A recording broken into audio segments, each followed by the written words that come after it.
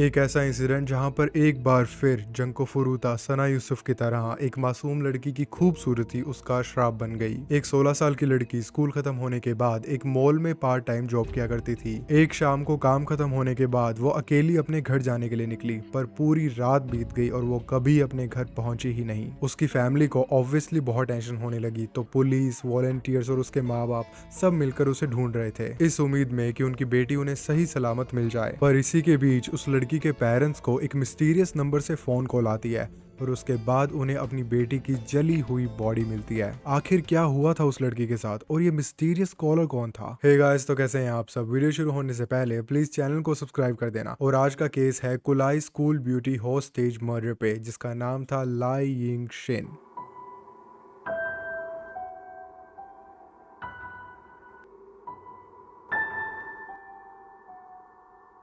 लाई Ying Shin का जन्म 16 अप्रैल 1992 को एक लविंग फैमिली में हुआ था। लाई की दो बड़ी बहनें थी और एक छोटा भाई भी जो उससे बहुत प्यार करते थे। वो कुलाई नाम की एक खूबसूरत जगह पे रहती थी जो कि एक टाउन है मलेशिया में। लाई एसएम के सुल्तान इब्राहिम सेकेंडरी स्कूल में पढ़ती थी, जो कि एक काफी अच्छा स्कूल है कुलाई में। वो दिखने में बहुत खूबसूरत थी। She had an infectious smile और वो दिल की भी बहुत अच्छी थी। शी वॉज वेरी काइंड और उसके इसी नेचर की वजह से वो स्कूल की सबसे पॉपुलर लड़की बन गई। उसके बहुत सारे फ्रेंड्स थे, सब उसे पसंद करते थे, उसके क्लासमेट्स, उसके दोस्त और इवन टीचर्स भी। और उसके टीचर्स उसे पसंद क्यों ना करते, स्पोर्ट्स और एक्स्ट्रा करिकुलर एक्टिविटीज में एक्टिव होने के साथ साथ वो एकेडमिकली भी बहुत अच्छा परफॉर्म कर रही थी। उसके हमेशा अच्छे ग्रेड्स आते थे। उसने एक बार पीएमआर एग्जामिनेशंस में पार्ट लिया था, जो कि एक नेशनल एग्जाम है मलेशिया का, और उसने उसके अंदर 7 A's और बस एक बी स्कोर किया था। She was very intelligent. Lai के प्लान्स थे कि स्कूल खत्म होने के बाद वो ग्रेजुएशन करने के लिए ताइवान जाएगी और उसका सपना था एक दिन एयर होस्टेस बनने का। उसे ट्रैवलिंग का बहुत शौक था। स्कूल अटेंड करने के साथ साथ लाई वहां के एक शॉपिंग सेंटर में पार्ट टाइम जॉब भी करती थी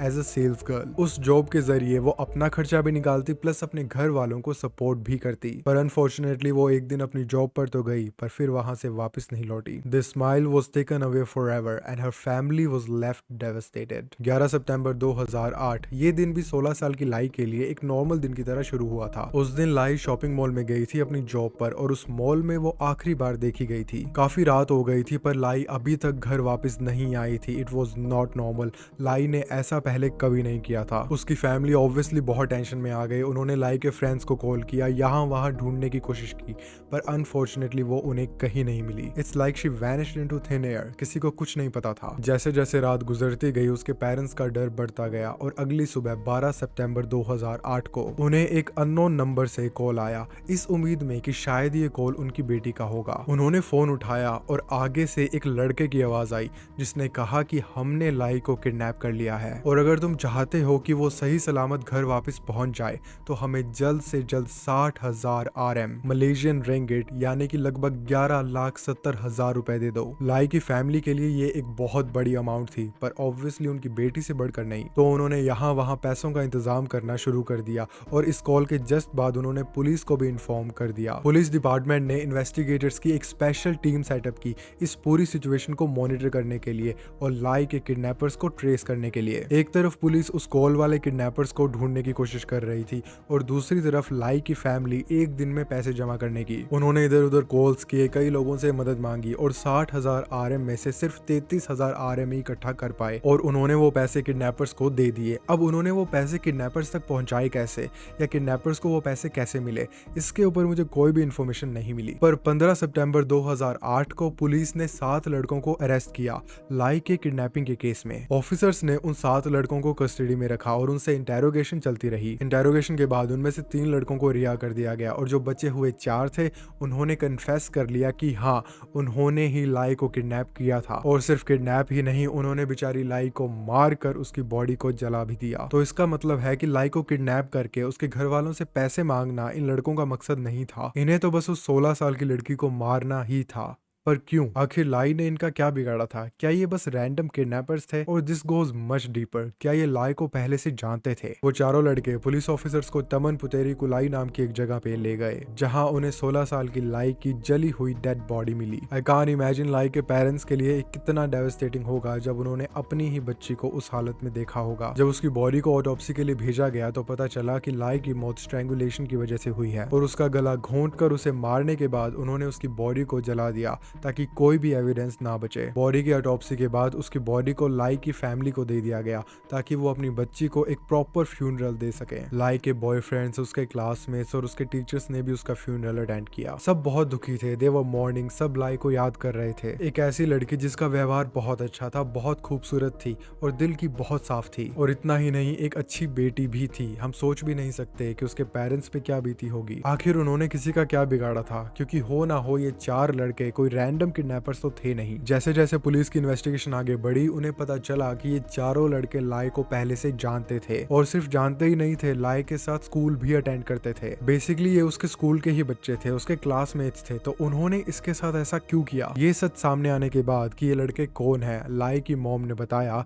कि इन चारों में से एक लड़का लाई को बहुत पसंद करता था। He had a crush on her, और उसने लाई को प्रपोज भी किया था, पर उसका ऑलरेडी एक बॉयफ्रेंड था और वो इस लड़के में इंटरेस्टेड भी नहीं थी, तो उसने इसे पोलाइटली रिजेक्ट कर दिया। और फिर क्या था, जैसा कि जंको फुरुता के केस में हुआ था, उस लड़के की ईगो हर्ट हो गई और उसने अपने दोस्तों को इकट्ठा किया। और जब शाम को लाई अपनी जॉब से अकेली चलकर घर जा रही थी तो इन चारों ने उसे किडनैप कर लिया। और फिर उन्होंने लाई के पेरेंट्स को कॉल किया और उनसे पैसों की डिमांड की, पर पैसे मिलने से पहले ही उन्होंने बेकसूर लाई को मार दिया और उसकी बॉडी को भी ठिकाने लगा दिया। ये स्टेटमेंट तो हमें लाई के किडनैपर्स ने दी थी कि हमने लाई के साथ ऐसा किया था। बाकी वी डोंट नो कि उन्होंने उस डरी हुई बच्ची के साथ और क्या क्या किया होगा। कोई इमेजिन भी नहीं कर सकता कि 16-17 साल के स्कूल के बच्चे अपनी बैचमेट के साथ ऐसा कर सकते हैं। और आगे मैं जो आपको बताऊंगा उससे ये साबित हो जाएगा कि ये स्कूल के बच्चे सच में कितने गिरे हुए हैं। 11 सितंबर 2008 जब लाई किडनैप हुई थी तो इन चारों में से एक लड़का लाई के घर पे गया था। अपेरेंटली वो बहुत पहले से लाई की फैमिली को जानता था, तो उसकी किडनैपिंग के बाद वो लड़का उनके घर पे गया हमदर्दी का झूठा नाटक करते हुए। और इतना ही नहीं, एज यू गाइज नो कि किडनैपर्स ने लाई के घर पे फोन किया था और उन्हें कहा था कि हमने लाई को किडनैप कर लिया है और उनसे पैसे मांगे थे। तो वो लड़का लाई की फैमिली के आसपास ही रह रहा था ताकि वो उनकी मूवमेंट्स पे नजर रख सके। और इतना ही नहीं, उसने लाई के पेरेंट्स को परसुएड भी किया कि ये किडनैपर्स जितने भी पैसे मांग रहे हैं उन्हें प्लीज दे दें ताकि लाई सही सलामत घर वापस आ जाए। उन बेचारे पेरेंट्स को पता भी नहीं था कि इस लड़के ने अभी तक अपने दोस्तों के साथ मिलकर लाई को मार भी दिया है, और अब तो वो बस हमदर्दी के बहाने कोशिश कर रहा है कि उनसे ज्यादा पैसे निकलवा सके। 25 सितंबर 2008 16 साल के वोंग सुन हंग, 17 साल के लियोन सुन लोंग, 16 साल के वोंग का वाई और 22 साल के तय किम होंग,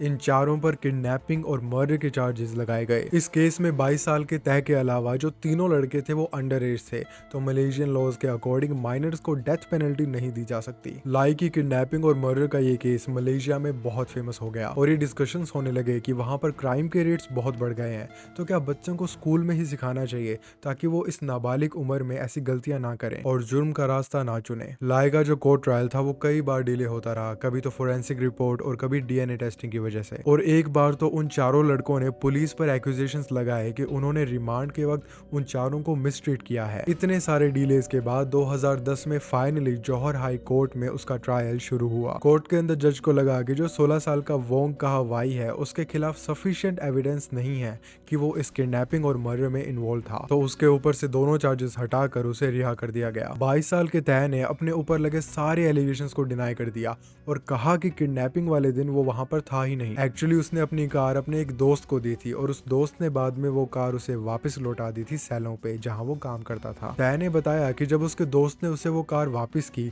तो उस कार के अंदर उसे लाई का फोन जरूर मिला था, पर उस समय उसने इस बारे में ज्यादा सोचा नहीं। And this sounds like total nonsense to me. अगर उसे लाई का फोन अपनी कार में मिला था और लाई के किडनैप होने की खबर अगले ही दिन आई थी, तो वो उस फोन को लेकर पुलिस स्टेशन क्यों नहीं गया? सच तो ये है कि उन दोनों स्कूल के बच्चों ने अपने से बड़ी उम्र वाले तय से मदद मांगी होगी और इन्होंने तय की कार का ही इस्तेमाल किया होगा लाई को किडनैप करने के लिए। और अगर तय इस किडनैपिंग में इन्वॉल्व नहीं था तो सवाल ये भी उठता है कि पुलिस स्टेशन के अंदर उसने अपने क्राइम्स कन्फेस क्यों किए। और जब तय से ये सवाल पूछा गया तो उसने बताया कि पुलिस ऑफिसर्स ने उसे फोर्स किया था, फिजिकली अब्यूज किया था ये कन्फेस करने के लिए। उसने बताया कि उसे पुलिस स्टेशन में मारा पीटा गया था, इलेक्ट्रिक्यूट किया गया था and they also forced his head under water. तय के साथ साथ लियोंग ने भी अपने ऊपर लगे सारे एलिगेशंस को डिनाई कर दिया। 31 मार्च 2011 को हाई कोर्ट के एक जज ने कहा कि इन तीनों की छोटी उम्र होने के बावजूद जो क्राइम्स इन्होंने किए हैं वो बहुत ही ज्यादा वॉयलेंट और रूथलेस हैं। इन्होंने ना सिर्फ एक 16 साल की लड़की को किडनैप करके उसके घर वालों से पैसे मांगे,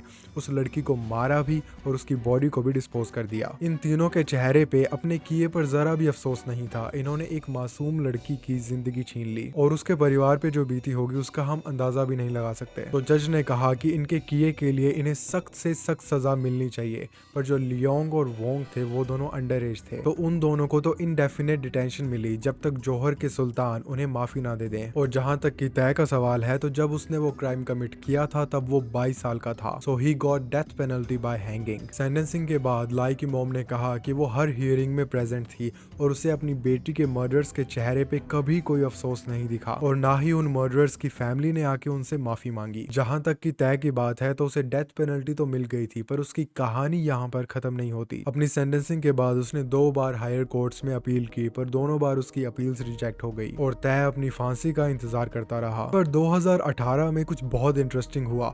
मलेशियन गवर्नमेंट ये सोचने लगी कि डेथ पेनल्टी को अबॉलिश कर देना चाहिए और अप्रैल 2023 में उन्होंने ये डिसाइड किया कि डेथ पेनल्टी को रखा तो जाएगा पर मर्डर्स और 10 और ऑफेंसेस थे उनके लिए वो मैंडेटरी नहीं होगी, जिसका मतलब है कि जरूरी नहीं कि मर्डर करने के बाद भी आपको डेथ पेनल्टी मिले। तो इतने बड़े रिफॉर्म के बाद जो क्रिमिनल्स थे जो अपनी डेथ पेनल्टी पे थे, अपनी मौत का इंतजार कर रहे थे, तो उन्हें अपील करने का एक मौका मिला। तो जो तय था जिसने पिछले 12 साल डेथ रो पे बिताए थे उसने भी एक अपील डाल दी। 16 मई 2024 को तय की दोबारा हियरिंग हुई। उसके लॉयर्स ने कहा कि उसे अपने किए पे बहुत अफसोस है और उसने लाई की फैमिली से भी माफी मांग ली है। उन्होंने कोर्ट में ये तक कहा कि लाई को मारने के बाद उसकी बॉडी को जलाया गया था सिर्फ उसकी बॉडी को डिस्पोज करने के इरादे से, ना कि बदले की आग में। और स्ट्रैंगुलेशन के समय भी लाई को जल्दी ही मौत आ गई थी। She didn't suffer. Yes, they put these arguments forward. सुनने में ही कितना डिस्गस्टिंग लगता है जिस तरह से वो इस हॉरिफिक मर्डर को डाउन प्ले कर रहे हैं। एनीवेज, तो बेसिकली वो कह रहे थे कि तय उस समय सिर्फ 22 साल का था तो उसे सुधरने का एक मौका मिलना चाहिए। तो ये सब सुनने के बाद कोर्ट ने उसका डेथ सेंटेंस रद्द कर दिया और उसे 40 साल का प्रिजन टाइम सुनाया गया, जिसका मतलब है 2048 को जब वो 62 का हो जाएगा तब वो जेल से बाहर आएगा, अनलेस उसके अच्छे बिहेवियर के चलते उसे जल्दी रिलीज कर दिया जाए, जो कि बहुत कॉमन है।